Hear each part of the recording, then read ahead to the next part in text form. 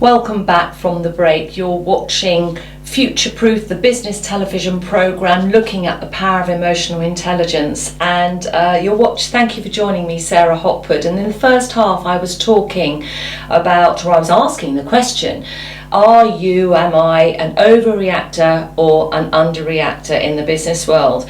Are we high maintenance or low maintenance in the business world?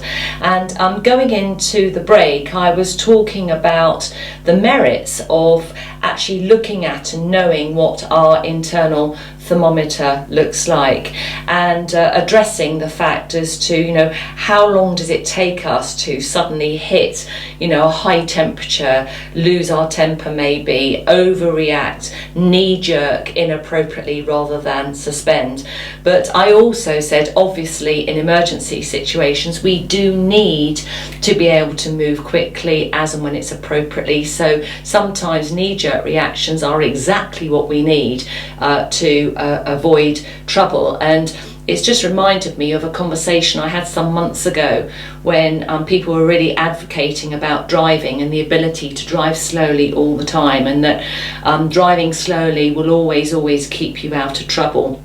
And at the time I remember having a debate about it, recalling a conversation actually with my father when I was learning to drive, when he addressed and said, you have to be able to drive your way out of trouble as well as keep yourself, if you like, calm and safe when you're driving. So slow is or the ability to drive steadily and slowly is important, but you also need the ability to drive quickly out of trouble. And that actually happened to me. I was driving up to Guildford to an IOD meeting. It was early in the morning, so it was dusk, people had lights on, but obviously not dusk, obviously it was dawn, and but the sun was rising. And I remember I was driving not slowly, but I wasn't speeding, but I was on the speed limit. And I remember going around a corner, and as I came around the corner there was a car overtaking slower traffic on the other side of the road. And because of the interference with the light, we know that dusk and dawn can be very dangerous, sometimes more dangerous because of the half light situation.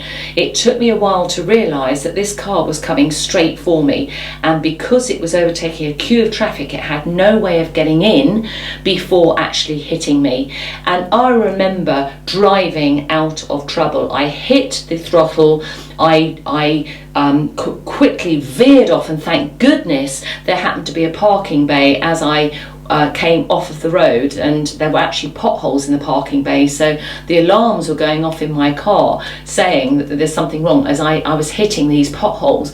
But I reckon we literally whispered, if that's it, we had whispered touch on our front bumpers as I avoided that car. And if I had put my brakes on, and if I had taken the slow response and to slow down to get out of trouble, then I'm not sure that I would have been here. I'd be here today, because he was driving. He was driving at quite some speed, overtaking, obviously trying to do it ahead of of reaching the corner, but had totally miscalculated that manoeuvre. So a long way of saying it, but so flight, fight or freeze is appropriate, because sometimes we do need that knee-jerk response to get ourselves out of trouble. I was talking about the internal thermometer, and yes, how long it takes us to maybe reach those higher temperatures. And so how does that relate to good behaviours and controlling, if that's in a nice way, or actually let's not use the word control, maintaining influence and high levels of influence in the workplace, productive influence linked to the core values of the business, so all of it is in line with best practice. So handling pressure, the ability to handle pressure, is very healthy, and taking control of your emotions, understanding what's happening internally, learn from past mistakes, model on people that you think do really handle pressure very well, can really help increase your ability to handle pressure, which makes you more influential, you're more desirable to have in the workplace, you are a low maintenance person, and it helps you be an underreactor rather than an overreactor as a norm. But as I keep saying, we all obviously sometimes do need to respond immediately. Also, people with high levels of emotional intelligence understand and cooperate well with other people. So as we learn about our own internal thermometer, let's have a case study where somebody has done some personal study on it, they've read some incredible books, they've really got a clear understanding, they've learnt to suspend and to be very, very flexible. So in other words, they have raised their ability to think and behave more emotionally intelligently in the workplace. Part of that learning is to not if I use the word judge others, it's to recognise where other people are and then work with them from where they are. So this is tied up with NLP, neuro-linguistic programming. It's about mirror and matching.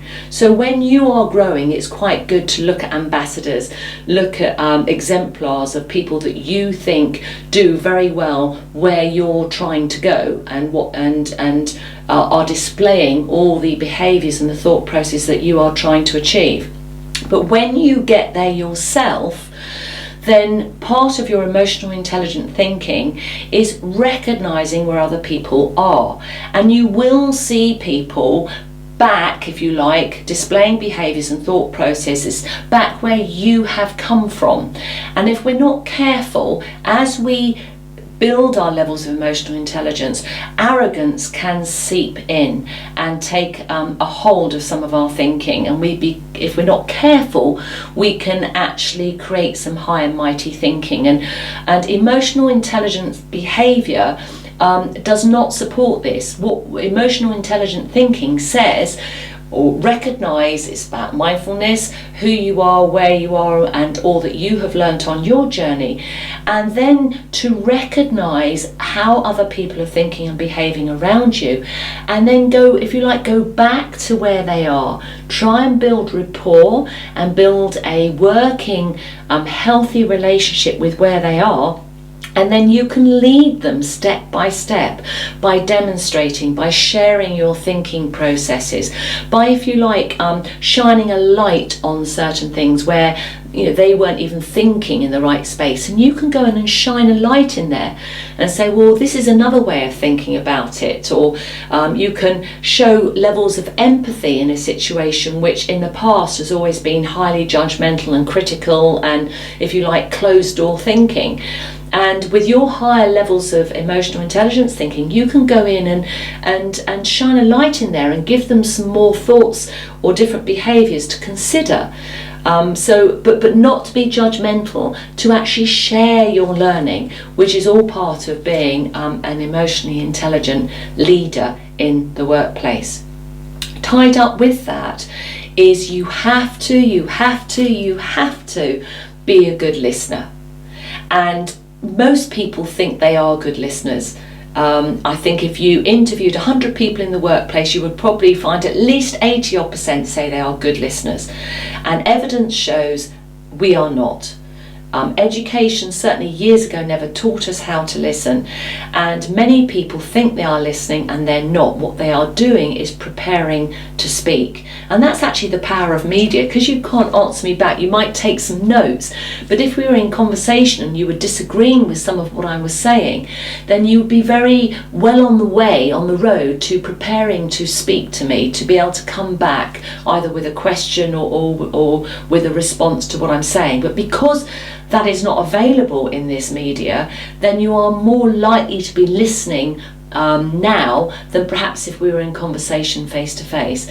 But there is a humour or a humorous thought around this too. So we say most people, when they think they are listening, they are not, they are preparing to speak. And it's said that if you're in an argument, you're reloading your gun rather than speaking. And what we're doing very often is, particularly when it's high conflict, we think the person is wrong, so we're giving them We're tolerating space whilst they say whatever they're saying. We're not listening to them properly. Why? Because we're reloading our gun. We are suspending, we are planning what we can say, and sometimes it's planning another landmine or whatever else. So how do we show that we are listening properly? For me, I try and take notes because that makes me shut up. But you can often see by the behaviours, people will be nodding, they will maintain eye contact with you, and you will also see levels of empathy as they are hearing what you say, and you'll see different emotional responses as they hear your words. That is somebody who is listening.